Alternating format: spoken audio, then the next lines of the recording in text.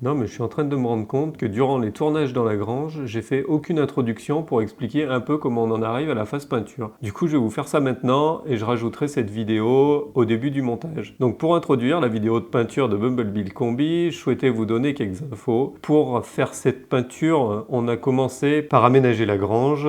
Pour ça, en fait, j'ai tenté de faire une cabine de peinture. J'ai tendu des grands pans de polyane tout autour des murs de la grange pour délimiter la zone qui me semblait nécessaire pour la réalisation de la peinture du combi. J'ai fait cette cabine de peinture pour plusieurs raisons, pour éviter un maximum qu'il y ait de la poussière qui puisse venir sur le combi. Dans un deuxième temps, pour éviter qu'il y ait un maximum de peinture qui puisse sortir de la grange pour pas peindre l'ensemble de la grange. Vous le verrez un peu plus loin dans la vidéo, ça n'a pas marché tout à fait comme on a voulu, mais ça c'est comme d'habitude dans ce genre de chantier, surtout quand on est amateur, on peut avoir des petites surprises auxquelles on ne s'attendait pas. Donc une fois la cabine de peinture créée, j'ai ensuite commencé par peindre les pièces détachées. Donc les pièces détachées, qu'est-ce que j'entends par là? L'ensemble des portes que je peux déposer du combi en gros. Toutes les petites pièces que j'ai pu démonter, il y a des petites gaines de ventilation qui passent à l'avant par exemple. Le tableau de bord aussi que j'ai repeint. Il y a différentes choses comme les roues aussi. J'ai monté le combi, je l'ai mis sur cale, j'ai déposé ces roues pour pouvoir les peindre elles aussi. Quand je parle des roues, je parle des jantes bien sûr, donc j'ai peint juste les jantes. Donc j'ai pas démonté les pneus des jantes, j'ai juste protégé les pneus bien finement pour peindre les jantes de façon la plus propre possible. Tout ça a demandé à être décapé, donc le combi il va de soi. Les roues c'est délicat, mais on a décapé les roues comme si c'était de la carrosserie, on a fait au mieux. Et dans un deuxième temps, j'ai redéposé ces pièces, sorti ces pièces de la cabine de peinture. Ces pièces que j'ai suspendues à des fils en fait, pour pas qu'elles posent par terre, voilà, elles étaient toutes suspendues dans la grange, c'est ce qui me semblait être le mieux. Voilà, ça présente aussi d'autres inconvénients, c'est-à-dire que quand le jet de peinture pousse, vous allez le constater sur les vidéos, ça fait bouger les portes. À l'issue, j'ai déposé l'ensemble de ces pièces détachées, j'ai rentré le combi et je suis ensuite passé à la peinture du combi. Et avant de poser la peinture de finition, il va de soi bien sûr qu'il faut poser une peinture d'après. Cette peinture d'après, elle est hyper importante, c'est elle qui va permettre une bonne accroche de la peinture de finition. Elle va permettre aussi au combi d'avoir une couleur uniforme et donc ça va permettre une uniformité sur votre peinture de finition. Cet après permet aussi de corriger certains défauts qui peuvent rester sur la carrosserie du combi. Alors après, ça ne va pas faire des corrections de défauts majeurs. Par contre, ça peut rattraper quelques petits défauts, quelques micro-bulles qui auraient pu rester dans des parties où vous avez passé du mastic, etc. Donc peinture d'après en premier, ça c'est incontournable. Une peinture d'après garnissante, plus elle est garnissante, plus elle vous corrigera de défauts. Et ensuite, la peinture de finition, de la couleur de votre choix. Voilà en gros ce que je voulais vous dire en intro. Et bah du coup on va passer sur la suite du montage. Moi je continue de monter la vidéo et là vous allez passer sur la séquence suivante où je me prépare à l'application de l'après. Bon bah voilà, allez, on enfile l'habit de lumière.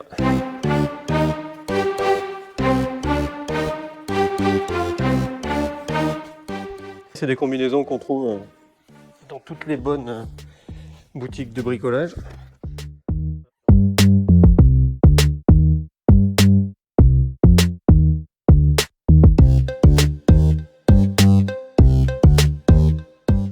Voilà, des gants aussi. C'est pas des produits hyper bons, je pense, pour la peau.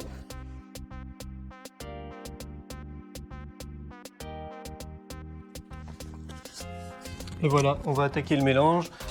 Pour ça, on va utiliser un petit gobelet tout souple qui permet de faire un mélange, d'être jetable finalement pour passer d'une couleur à une autre. On va être sur de l'après pendant quelques temps, donc bon, on va garder le même gobelet, mais quand on va passer à la couleur, qu'on va changer, voilà, ça permet d'avoir quelque chose de propre pour faire les mélanges. Donc pour faire le mélange, il vous faut déjà la matière première. Donc ça, c'est l'exo après, ce que je vous disais de marque Restom. C'est un après époxy à séchage à air.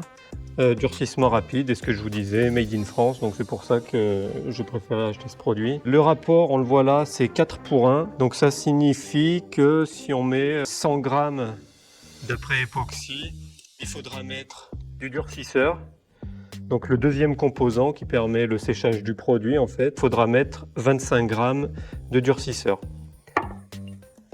Et ensuite, on a le diluant qui permet d'obtenir la consistance qu'on souhaite, c'est-à-dire la fluidité du mélange en fait. Ça, c'est un peu difficile à juger. Il existe des pipettes pour juger de la consistance. Moi, pour le coup, je vais le faire un peu à la louche. Il est marqué sur la boîte que pour préparer 600 g de produit prêt à pistolet, il faut utiliser 400 g de base, 100 g de durcisseur et 100 g de diluant.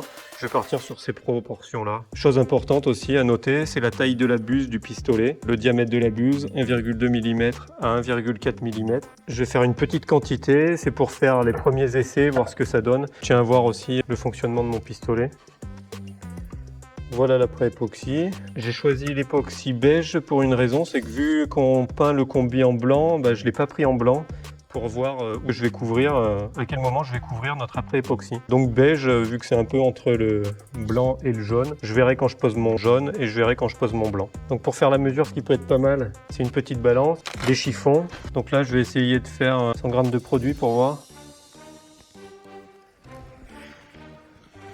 Donc voilà, on a 100 g. Erreur importante, il faut touiller le produit. On peut voir qu'en bas, il est vraiment dur, il s'est déposé un peu en quelque sorte.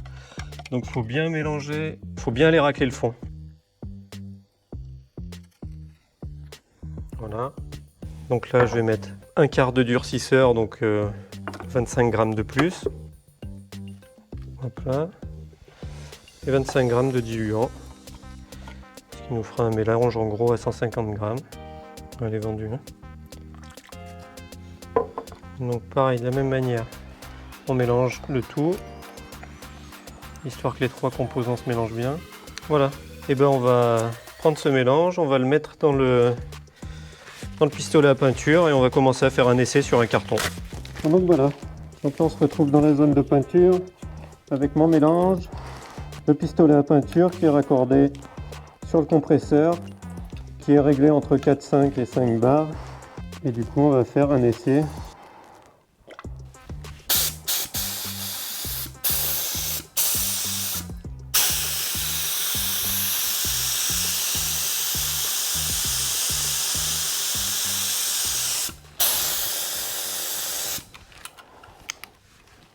Bon allez, on attaque une nouvelle journée de bricolage. J'espère qu'aujourd'hui ça va mieux se passer qu'hier. J'ai commencé à projeter un peu de peinture sur un carton pour tester le pistolet. Ça rendait pas du tout comme il fallait. Normalement ça doit faire un jet en forme de trait et vous devez passer la peinture plus ou moins uniformément sur l'intégralité de la carrosserie. Et ça s'est pas bien passé. Je me suis rendu compte qu'en fait le pistolet était encombré de peinture sèche que j'avais pas correctement nettoyé la dernière fois que je m'en étais servi. Donc ça se paye direct.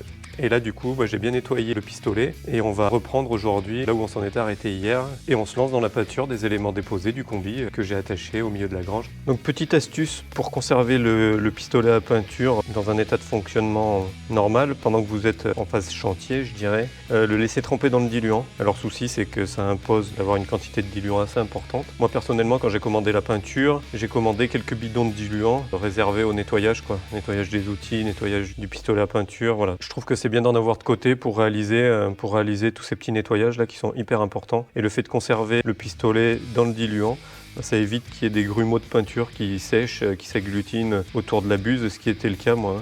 La buse c'est ce qui vient se visser là. Et là on a le petit pointeau qui vient faire l'étanchéité autour de la buse et elle était complètement sale avec de la peinture agglutinée autour. Voilà, donc je vous conseille, laissez tremper plus ou moins dans le diluant, ça craint pas grand chose. Au moins durant la phase chantier, après bien sûr quand vous laissez le pistolet de peinture de côté pendant un certain temps, vous pouvez le sortir, le nettoyer au mieux et puis le renettoyer avant la prochaine utilisation. Voilà, le mélange est terminé. On va maintenant mettre ça dans le petit pot qu'on aura au préalablement remonté sur le pistolet et on passera dans la zone de peinture. Bon du coup nous voilà dans la pseudo-cabine de peinture. Le bidon du pistolet est plein d'après, le compresseur est gonflé et du coup je vais essayer sur la deuxième partie là du carton. Mais normalement ça devrait aller beaucoup mieux. Voilà, on voit que ça ressemble nettement plus à quelque chose.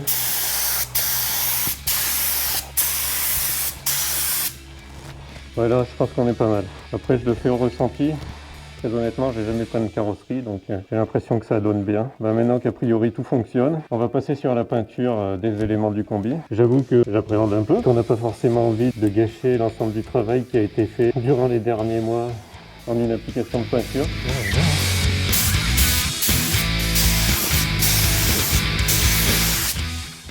Après, quelque chose d'important aussi, c'est de se mettre à une vingtaine de centimètres.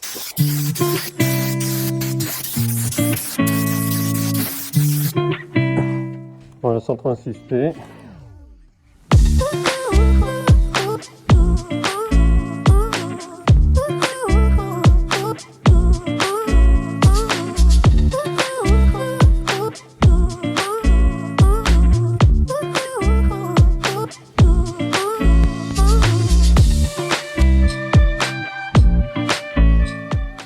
On va laisser le compresseur déclencher. Vu que c'est mouillé, je vais faire la deuxième direct de pièce.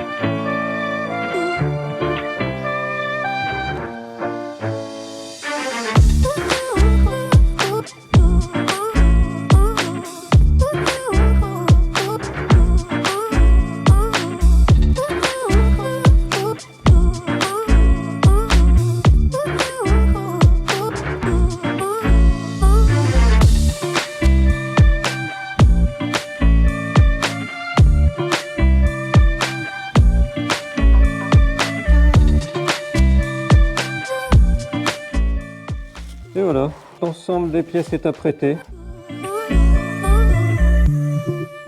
Niveau finition, bon, je pense qu'on est loin de la finition qu'aurait obtenu un carrossier de métier. Voilà, la peinture est encore fraîche.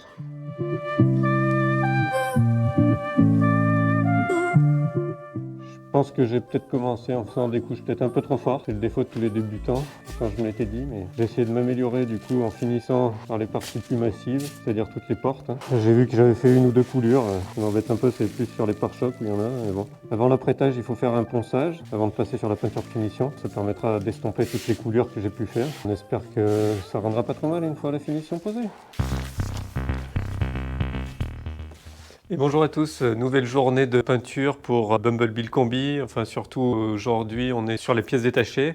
Je les ai toutes passées en après comme vous avez pu le voir sur le début de la vidéo. Et maintenant on croyait que le ponçage était fini mais pas du tout. L'après il faut le poncer, alors très légèrement pour lui redonner une petite accroche et surtout enlever des mini défauts qui auraient pu se créer au moment de l'application de l'après. Donc pour cela j'utilise un papier de verre grain 600, c'est du papier de verre qui doit être utilisé mouillé en fait, c'est du ponçage à l'eau. Donc pour cela, on met le papier de verre sur une cale où on peut prendre un morceau de papier à la main. On le trempe dans de l'eau, un petit fond d'eau avec une éponge aussi pour essuyer et se rendre mieux compte de l'état de surface une fois qu'on a poncé. Et après, il n'y a plus qu'à y aller. Le but, c'est juste de recréer une bonne accroche pour la peinture de finition. Moi, ça m'a permis aussi d'enlever quelques défauts de pistolage, je dirais, comme si le pistolet, par moment, projetait des gouttes un peu plus grosses de peinture. Ça fait une grosse gouttelette au milieu. Donc ça, c'est le genre de choses qu'on arrive à effacer en ponçant tranquillement sur la surface. J'ai eu une ou deux coulures sur le pare-choc avant. Donc je pourrais pas trop vous le montrer parce que je me suis entraîné un peu ce matin avant de faire la vidéo sur les pièces basses, la porte du compartiment moteur et les pare-chocs. J'ai pu enlever les quelques coulures que j'avais fait. J'avais fait une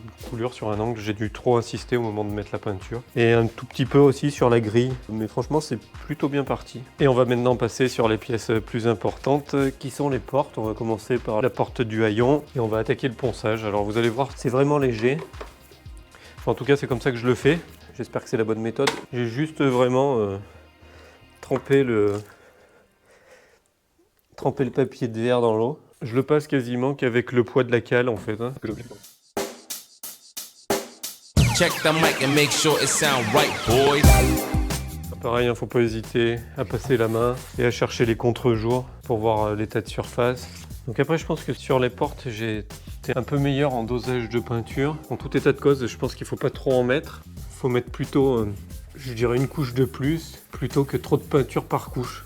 Après, c'est mon ressenti. Hein. Après, un carrossier vous dirait sans doute que l'important, c'est de mettre la dose juste.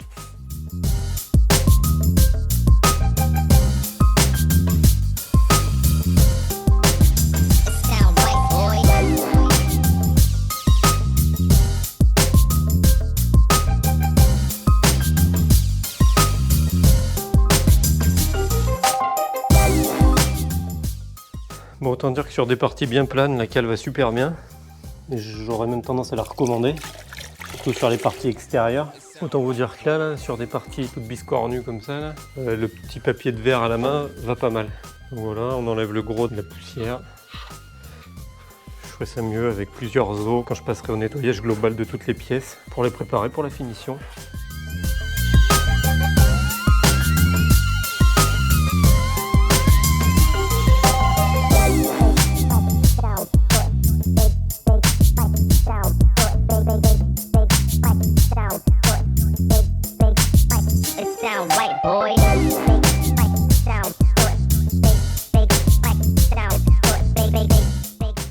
Nouvelle journée de peinture sur le combi, on est toujours sur les pièces détachées. Par rapport à la séquence précédente, on a déjà posé la couche de finition blanche. Là pour le moment, elle est cachée parce que je m'apprête à faire toute la partie basse qui sera en jaune orangé. Donc tout a été poncé et toutes les parties qu'on a peint en blanche ont été masquées. Donc là on va passer à la peinture jaune. Donc on va découvrir notre peinture jaune aujourd'hui. Pour les petits points qu'on n'avait pas prévus, il y a entre autres le sol et la protection plastique. En fait, on s'était dit que le sol protégé par un plastique, ce serait mieux, ça éviterait la poussière. Et en fait, sur ce sol là, tout de suite, ce qu'on peut voir, c'est un reste de pellicule blanche, de la peinture blanche en fait. Effectivement, quand on peint, il y a une espèce de nuage de peinture qui se crée.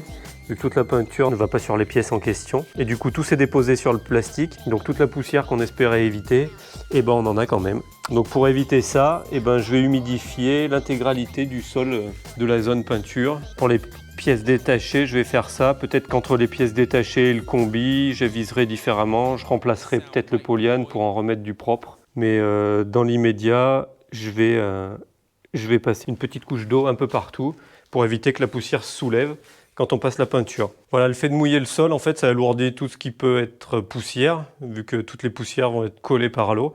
Et du coup, elles devraient rester plaquées au sol. On va maintenant passer à l'ouverture de la peinture. Vous me suivez? Donc là, vous voyez, j'ai nettoyé tous les éléments du pistolet, surtout les éléments qui appartiennent à la partie avant du pistolet en fait, hein. Tous les éléments à travers lesquels traverse la peinture. J'aurais bien nettoyé tout le pistolet, mais le diluant ça coûte un peu cher. Je pense que je le ferai à la fin du chantier pour le remettre en état complet. Donc là, je remets la buse. Donc je suis toujours sur une buse de 1,3. C'est pas forcément ce qui est recommandé. Il recommande plutôt sur la peinture une buse de 1,5.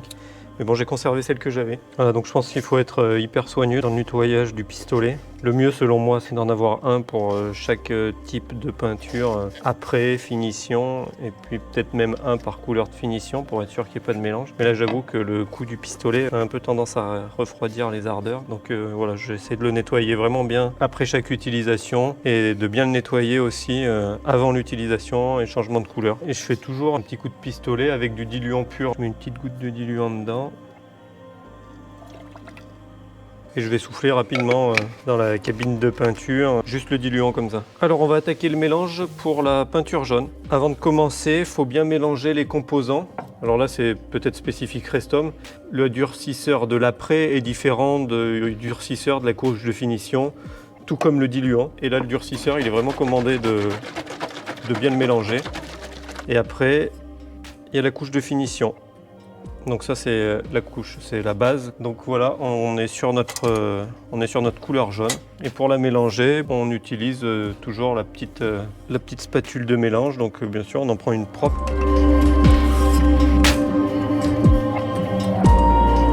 Là, on est sur un RAL 1021. Le blanc qu'on a utilisé sur le combi est un RAL 9001. C'est un blanc crème un peu. On a préféré opter pour un blanc crème pour faire un peu plus chaleureux qu'un blanc ambulance ou voilà, des RAL un peu différents où le blanc est beaucoup plus froid. Donc il faut bien faire attention de bien les gratter le fond du pot Sur cette peinture, on est sur du rapport 5 pour 1. Donc là, pour ce mélange, moi je vais mettre 350 g de base et je vais mettre 70 g de durcisseur et 70 g environ de diluant. Et je vous ferai un test de viscosité.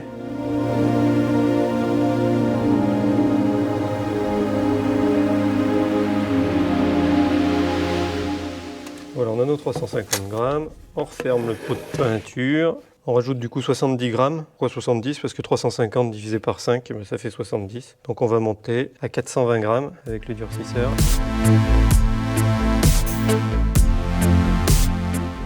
On va rajouter nos 70 g de diluant. Donc on doit arriver à 490 g.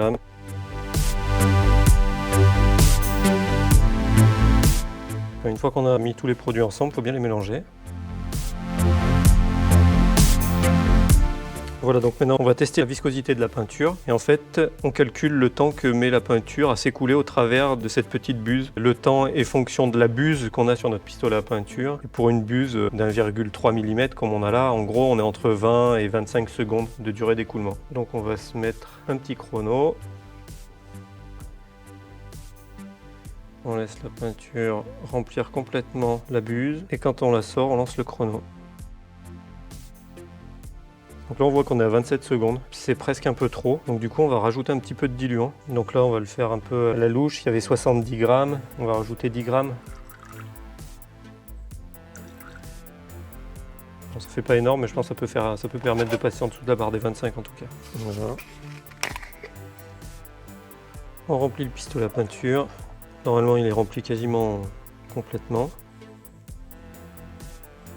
Voilà, il est bien fermé. On va se mettre en tenue et puis après je vous expliquerai une petite méthode de réglage du pistolet. Jusqu'à l'avoir vu cette petite méthode là, j'ai été un peu embêté pour savoir exactement comment on devait régler l'arrivée d'air, comment on devait régler la quantité de peinture et la grosseur des gouttelettes envoyées par le faisceau du pistolet. C'est assez intéressant, je vous montre ça tout de suite. Bon alors la méthode pour le réglage du pistolet, c'est de fermer à fond l'arrivée d'air du pistolet, qui est cette vis là, et d'ouvrir à fond les deux autres. Voilà. Et là, si vous projetez, vous allez voir juste que la peinture, vu qu'il n'y a pas d'air qui arrive, la peinture coule comme si s'il n'y avait rien. Elle est juste portée par le poids de la peinture dans le bidon en fait. Et donc là, dès que vous allez ouvrir un peu l'arrivée d'air, votre peinture va être projetée. Mais quand il y a peu d'air, on se rend compte que les gouttes sont énormes. Et du coup, il faut augmenter la pression d'air jusqu'à ce que les gouttes fassent un nuage vraiment fin qui correspond à ce que vous cherchez. Voilà. Après, une fois que vous avez trouvé la taille de gouttelette, c'est-à-dire le nuage suffisamment fin avec des gouttes homogènes que vous recherchez, vous fermez complètement la vis du haut qui est celle de la forme du jet en gros. Donc fermez complètement, ça va vous faire un jet en forme de point. On a un point bien rond. Et vous l'ouvrez jusqu'à ce que vous obtenez le jet en forme de trait qui vous convient, ou vertical ou horizontal en fonction de ce que vous souhaitez. Moi je suis sur un trait vertical. Bon, on dessert cette vis. Suite à un petit souci hier durant la prise de vue pour la peinture jaune que j'ai fait sur les pièces détachées, j'ai pas pu vous montrer la fin ou du réglage du pistolet. Je vous referai ça sur la partie peinture du combi, ça c'est pas le souci. Je vais vous montrer le résultat de la peinture des pièces détachées. Je voulais vous présenter un peu la couleur, donc jaune et blanc. Là on est couleur définitive. Et du coup je voulais vous présenter un peu comment j'ai traité la jonction entre le jaune et le blanc. J'ai pas mal hésité à aller jusqu'à l'angle là, avec le jaune. Et puis finalement, j'ai opté pour le fait de m'arrêter pile poil sur l'arête. Faire bien en sorte que l'arête soit jaune pour que quand on regarde le véhicule de l'extérieur, on voit cette arête jaune. Mais faire en sorte de voir l'intérieur bien tout blanc pour que quand on soit à l'intérieur, l'ensemble des portes paraissent bien blanches. Sur les portes avant, c'est un peu plus simple, je dirais, parce qu'elles ont un retour important. Et derrière, on est sur le joint de porte, donc ce serait presque un peu moins gênant. Mais j'ai malgré tout traité de la même manière les portes avant. On a bien le jaune, le bourrelet qui est blanc, et dès qu'on passe à l'intérieur, blanc. On a souhaité avoir l'intérieur tout blanc pour que ce soit peut-être encore plus lumineux. Et sur la porte coulissante, on retrouve bien tout le blanc et l'arête qui est jaune pour ensuite être sur la porte qui est toute jaune et blanche. Là, ça c'est la porte du compartiment moteur. Elle, je l'ai faite entièrement jaune parce qu'effectivement, il y a le bourrelet qui est juste au-dessus et du coup, elle est toute jaune. Les étapes à venir, maintenant, on va déposer les pièces détachées et on va mettre à la place le combi pour faire la couche d'après, puis après la couche de finition.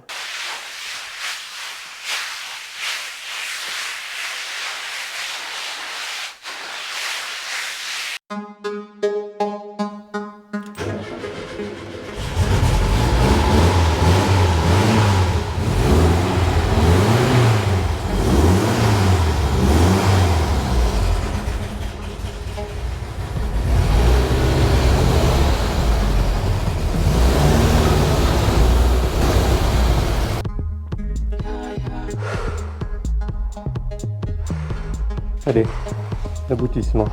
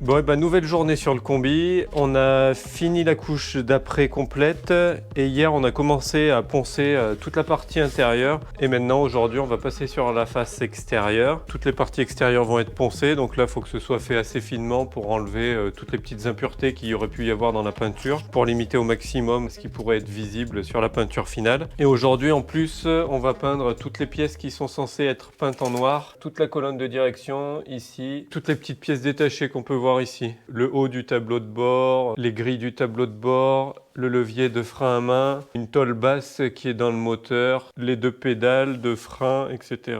Ici on a le levier de vitesse. Ça c'est une petite barre que je rajoute moi pour supporter l'ensemble de mes meubles et la face avant du tableau de bord. Et du coup pour aujourd'hui, ponçage complet du combi.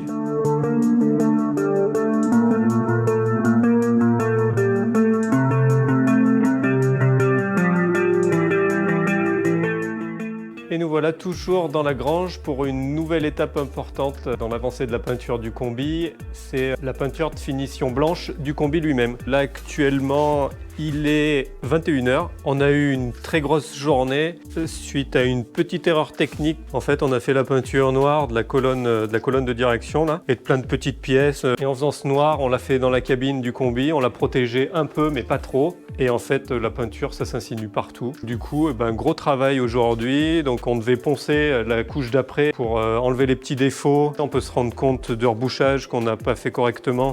Donc on peut toujours reboucher même sur l'après. Comme ici, là on voit qu'il y a il y avait deux petites retouches à faire. Mais du coup, voilà, il était vraiment bien noirci, une espèce de poussière noire un peu partout. Donc on l'a nettoyé complet aujourd'hui, ça nous a pris un temps fou. Et vu qu'on avait prévu de faire la peinture aujourd'hui, on fait la peinture aujourd'hui, mais un peu tardivement. Donc voilà, 21 h, on va commencer la peinture. On l'a complètement caché sur la moitié basse. Un peu galère aussi de suivre les bourrelets avec les scotch. Tout le masquage, voilà, faire un masquage propre en définissant la délimitation entre le jaune et le blanc. Voilà, tout l'intérieur sera blanc et toute la partie, le bourrelet et au-dessus du bourrelet, toi compris, tout ça sera blanc. Et le reste, ce sera en jaune et on fera ça demain.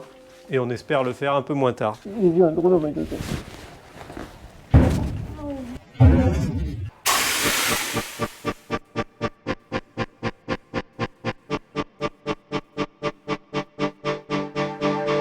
Et là, c'est la consécration quand même.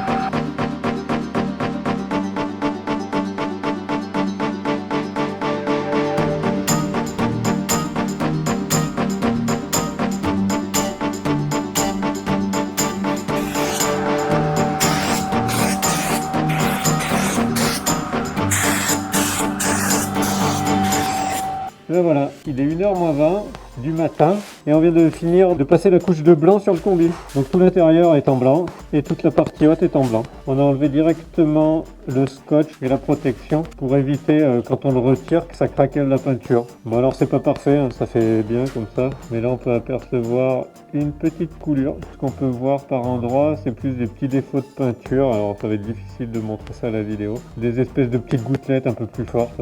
Mais honnêtement, c'est quand même plutôt pas mal par rapport à ce qu'il était. Voilà, là on voit encore une petite goutte. C'est un problème, je fais des gouttes sur les bombées. Une poste de conduite. Alors pas évident de peindre derrière la colonne de direction et de faisceau électrique. Petite image sur le moteur, compartiment moteur que j'ai aussi peint en blanc. Et ben allez, on arrête là pour aujourd'hui, on se retrouve demain pour le jaune. Après la grosse journée peinture d'hier, où on a fait la couleur blanche, on va s'attaquer aujourd'hui à la couleur jaune. Hier, on a fini, il était 1h du matin, pas loin. Aujourd'hui, on va essayer de finir un peu plus tôt, bien que là, on va commencer à peindre alors qu'il est 21h. On a mis un peu de temps, je vous explique vite fait, c'est qu'on a poncé toute la partie blanche qu'on avait posé hier en fait. Pourquoi on l'a posé? Pour plusieurs raisons. La première, c'est que je vais refaire une couche de blanc sur l'intégralité du combi. Donc après avoir fait le jaune, demain, on va remettre les portes pour bien aligner la démarcation entre le jaune et le blanc. Pour une deuxième raison, c'est que quand j'ai peint les portes et particulièrement la porte coulissante, je me suis rendu compte un peu après que la couleur était, c'est un blanc, mais ça faisait un espèce de blanc velours au lieu de faire un blanc brillant. Et en fait, je me suis rendu compte que c'était parce que je chargeais pas assez en peinture. J'avais tellement peur d'aller jusqu'à faire que la peinture coule que j'en mettais pas assez. Donc je vais profiter de refaire une couche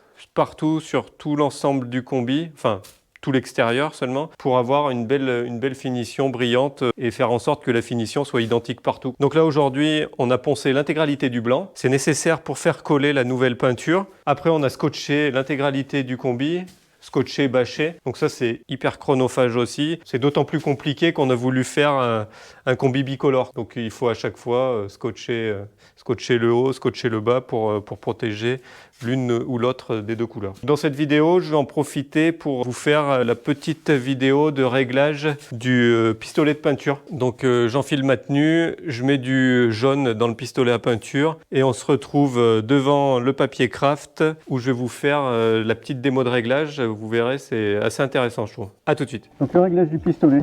Donc on a les trois vis principales. Donc là, c'est la pression d'air dans le pistolet. Donc au départ, pour le réglage, on la ferme à fond. Ça, c'est la forme du jet, donc ou rond ou très écarté.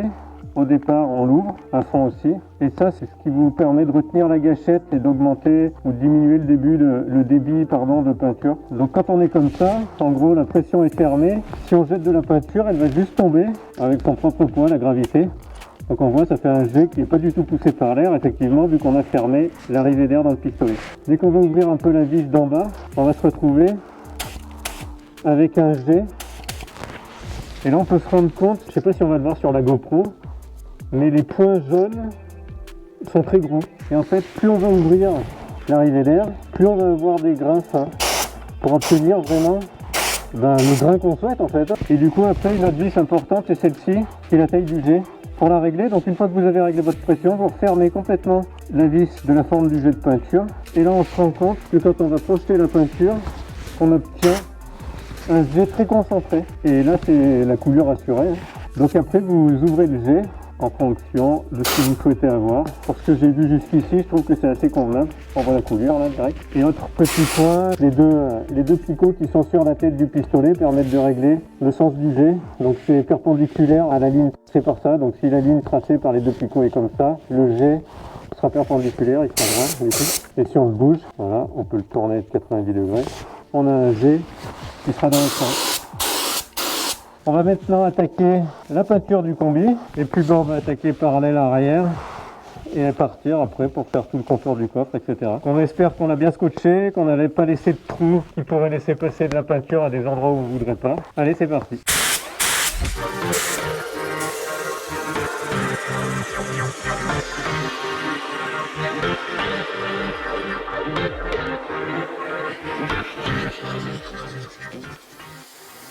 Donc une donnée qui est aussi importante, c'est la distance entre le pistolet et la pièce à peindre. Elle doit être d'une vingtaine de centimètres, en gros l'écartement du pouce au petit doigt.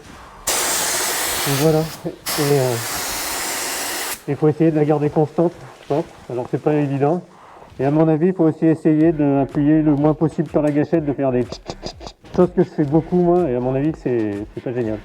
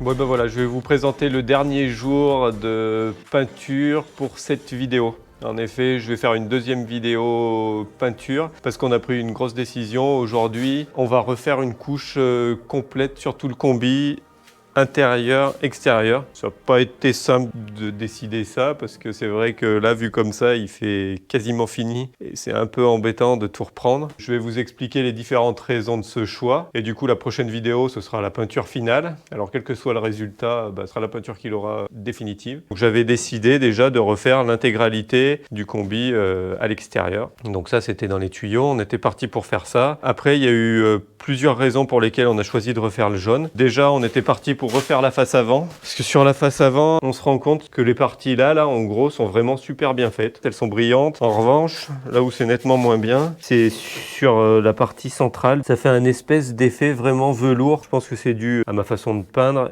et aussi au pistolet ou au compresseur qui avait plus assez de débit par moment. Je sais pas, j'ai été embêté pour passer ce jaune de toute façon, donc j'espère que ça se passera mieux sur la dernière couche. Enfin, on s'est rendu compte aussi qu'il y avait un léger défaut sur la porte avant. Je sais pas si vous le voyez, on voit une espèce de partie plus terne là, donc sûrement dû au fait que j'ai pas assez chargé la peinture. Donc ça nous donne envie quand même d'essayer de refaire mieux. Donc on s'était dit, bon, on refera la façade avant et la porte de côté. Puis après, j'avais un souci aussi sur la porte coulissante parce que j'avais refait du mastic. Enfin, du coup, on avait une différence de couleur entre l'après et le mastic qui est blanc. Et du coup, on la voit un tout petit peu. Alors, c'est très léger. Il y aurait eu que ça, on s'en serait contenté. Pour le reste, c'était plutôt pas trop mal. Et puis, on s'est aussi rendu compte qu'on avait quelques soucis aussi de jaune qui s'était insinué un peu partout sur le blanc. On n'a pas bouché très sérieusement les trous, en fait. Donc, on s'est rendu compte qu'on avait du jaune. Je vous montre la porte du coffre, mais il y en a un peu partout dans le combi. On a essayé de l'enlever au diluant, c'est une très mauvaise idée le diluant parce que ça enlève la brillance de la carrosserie. On a une porte du coffre sur laquelle on a passé un coup de diluant et on se rend compte que ça lui a complètement enlevé sa brillance, ça fait des traces, c'est vraiment pas beau. Vu qu'on a passé beaucoup de diluant à l'intérieur,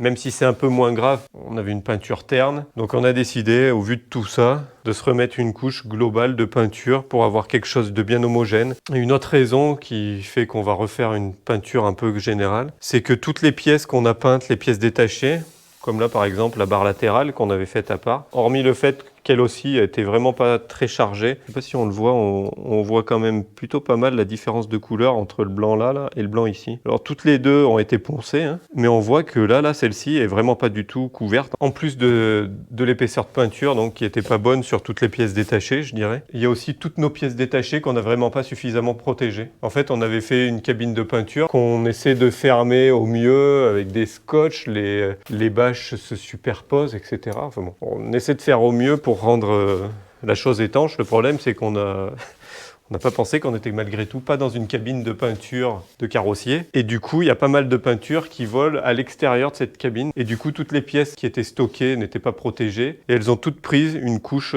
du noir, parce qu'on a peint quelques pièces en noir, et du jaune, qu'on a peint par la suite. Toutes ces couches de peinture sont allées se superposer un petit peu, mais alors c'est très léger, hein. Mais ça change complètement la couleur des accessoires et pièces détachées. Toutes les portes sont plus ou moins un peu ternies par ces couche, ce brouillard de peinture qui s'est posé dessus. Et du coup, ça participe à notre décision de refaire une peinture globale. On se dit que là, on a en gros, 2 à 3 couches de peinture sur le combi pour le blanc. On a 6 couches. 6 couches sur le jaune et un petit peu moins sur les pièces détachées, je devais être à 3 couches. Là, on va rajouter 2 couches. On a la peinture, parce que j'en avais commandé un peu plus, ça va nous décaler encore un peu dans le temps pour partir en voyage en combi. Mais on se dit qu'on n'aura pas l'opportunité de le refaire, d'avoir le combi démonté dans cet état prêt à peindre. Le plus dur, c'est vraiment de tout reponcer, passer de ce niveau de brillance-là à cette peinture terne. Une fois qu'on aura fait ça, voilà, faudra qu'on refasse un scotchage vraiment beaucoup plus fin. Donc on va changer un peu notre fusil d'épaule. On va commencer par faire le jaune. Puis après, on fera le blanc et on fera les protections en conséquent. Mais je vous montrerai tout ça sur la vidéo suivante qui, j'espère, va sortir assez rapidement.